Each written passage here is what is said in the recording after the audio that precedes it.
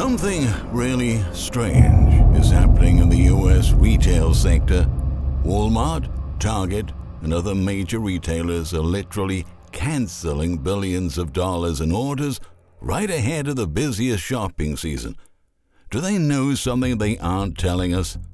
We've never seen such a large-scale order cancellation happening before. Under normal conditions, this wouldn't make any sense. The holiday season is typically the time when retailers record the highest sales volume in the entire year. And this time in 2021, everyone in the industry was extremely worried about whether there would be enough inventory to meet consumer demand due to global supply chain disruptions. But it seems that things have been turned upside down, and all of a sudden, big retail chains are cutting back and calling off a massive number of orders. And this would only make sense if they could tell that a severe economic downturn was imminent. That's what we're going to investigate today, but before moving on, please give us your support, leave a thumbs up in this video, and subscribe to our channel so you stay up to date with the most important news. U.S. consumers are being financially burdened with higher prices for everything. While people's wages stagnate and the cost of living soars, consumer spending is rapidly slowing down, and that's taking a toll on the U.S. retail sector. But that alone doesn't really explain why major retailers from all across the country are ditching a huge volume of orders as we approach the busiest shopping season of the year.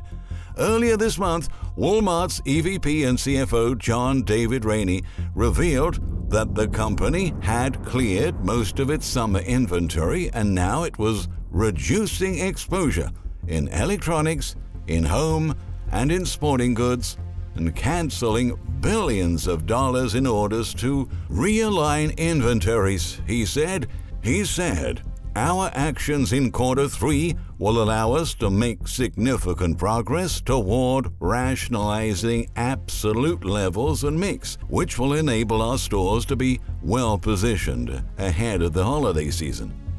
Now, that seems like an extremely odd decision for Walmart to take, considering that not long ago, shoppers were flooding social media with images of bare shelves and thousands of complaints about product shortages at several Walmart stores from all over the nation.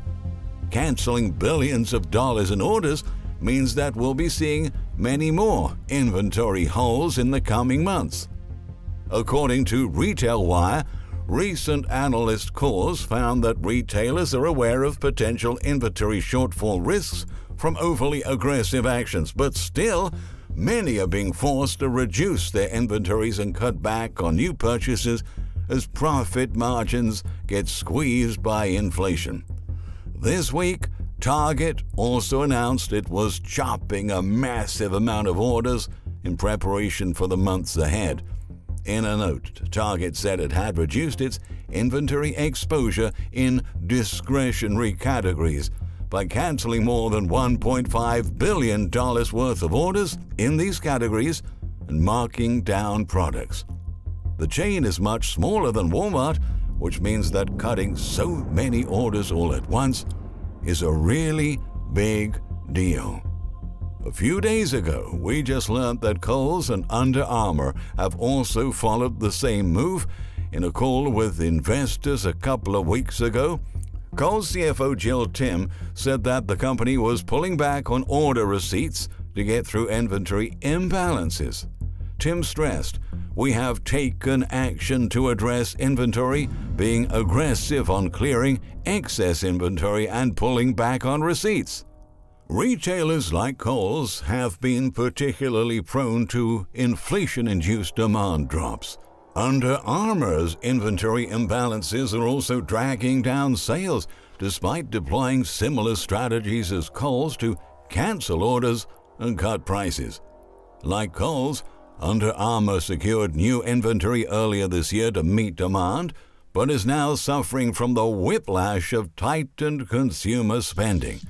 Interim President and CEO Colin Brown said the company had to make some proactive cancellations due to supply chain constraints to ensure that the right inventory was coming in at the right time. Similarly, VF Corporation, which owns Vans, The North Face and Timberland, noted that it expects to see some order cancellations moving forward. In a nutshell, all of these retailers are getting really scared about the prospect of being stuck with massive amounts of inventory they cannot sell. They can already see that sales are dropping, economic conditions continue to worsen for consumers, which consequently indicates that economic activity is likely to get much lower than originally anticipated over the next few months. One corporate executive that recently came forward and publicly admitted that he sees a deep economic downturn on the horizon is FedEx CEO Raj Subramaniam. During an interview with CNBC, when asked if we were in a recession or not, Subramaniam said, "I think so. These numbers, they don't portend very well." The CEO actually said he believes we're going into a worldwide recession, and that every sector of the industry is already feeling the early effects of it. Subramaniam's pessimism came after FedEx missed estimates on revenue and earnings in its latest quarter. During last week's stock market carnage, shares of FedEx plunged over 15% Thursday alone. "I'm very disappointed in the results that we just announced," he added. And you know, the headline really is the macro situation that we're facing. The chief executive also highlighted that weakening global shipment volumes drove FedEx's disappointing results. Week over week demand came down, he said, noting that the loss in volume is wide-reaching and that the company has seen weekly declines since around its investor day in June. "We're seeing that volume decline in every segment around the world," he exposed. "The weekly numbers are not looking so good, so we just assume at this point that the economic conditions are not really good. We are a reflection of everybody else's business, especially the high-value economy in the world," he emphasized. Sadly, that's the reality many businesses are facing right now, but none of this should come as a surprise. For months, economic numbers have been telling us that big trouble was on the way, and now it's here for everyone to see it. Different from previous downturns, this time around, we're going down with one of the highest inflation rates in decades.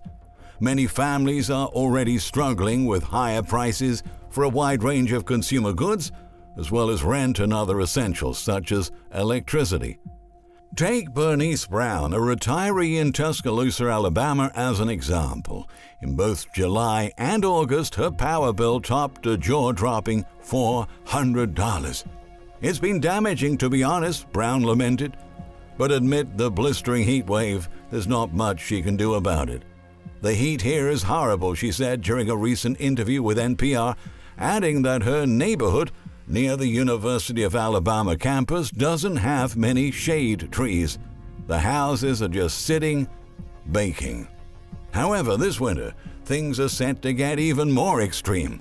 According to NIADA's forecast, the average U.S. family will pay $1,202 to heat their home this winter. That is a 17% increase compared to last year. For the 6 in 10 families whose heat comes from natural gas, the rising heating costs could reach 34%. There's no sign these prices are coming down, revealed Mark Wolf, Executive Director of the National Energy Assistance Directors Association. All the signs point to more expensive costs of home heating, and they could spike if it's cold.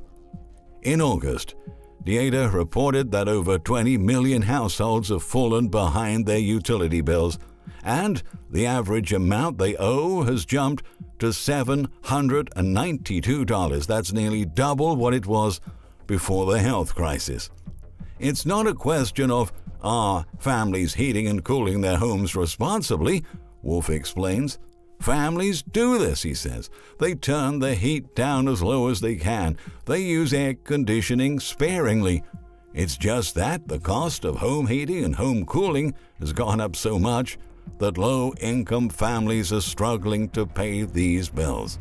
Even the Wall Street Journal is saying that U.S. consumers are set to pay even more this winter as energy supply shortages keep driving prices to insane levels. U.S. utility customers, faced with some of their largest bills in years, are set to pay even more this winter as natural gas prices continue to climb.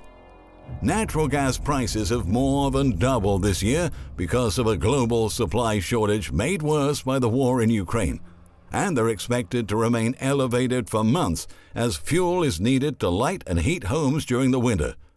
The supply crunch has made it substantially more expensive for utilities to purchase or produce power. Those costs are being passed on to customers, the report noted. At this point, we all can see by now that the cost of living in the United States is rising much faster than our incomes, but many people are still expecting this crisis to fade away by itself. Unfortunately, it won't. Writer and economic analyst Brandon Smith recently summarized the current state of the U.S. economy and the state of denial that is blinding many Americans. A common refrain from people who are critical of alternative economists is that we have been predicting crises for so long that eventually we will be right. These are generally people who don't understand the nature of economic decline. It's like an avalanche that builds over time, then breaks and quickly escalates as it flows down the mountain. What they don't grasp is that they're in the middle of an economic collapse right now, and they just can't see it because they have been acclimatized to the presence of the snow and cold. Economic decline is a process that takes many years, and while you might get an event like the market crash of 1929 or the crash of 2008, these moments of panic are nothing more than the wreckage left behind by the great wave of tumbling ice that everyone should have seen coming far in advance. But they refused, Smith wrote.